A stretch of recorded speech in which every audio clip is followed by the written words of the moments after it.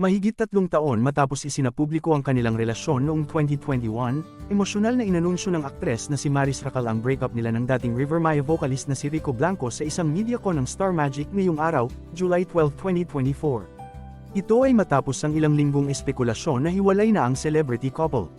Bago ito, napansin na ng ilang netizens na hindi na nagbabahagi ng mga larawan at video si Maris sa kanyang social media accounts kasama si Rico.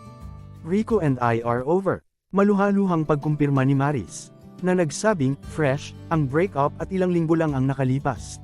"It's fresh. It's been few weeks, loneliest and emptiest weeks I've ever experienced in my life." Umapila din ang actress-singer sa publiko na itigil na ang paggawa ng mga maling akusasyon laban sa kanya at kay Rico Blanco, at sinabing walang third party na sangkot sa kanilang hiwalayan. Sina Maris at Rico, unang nag-collaborate noong 2019 para sa kanilang single, Abot Langit.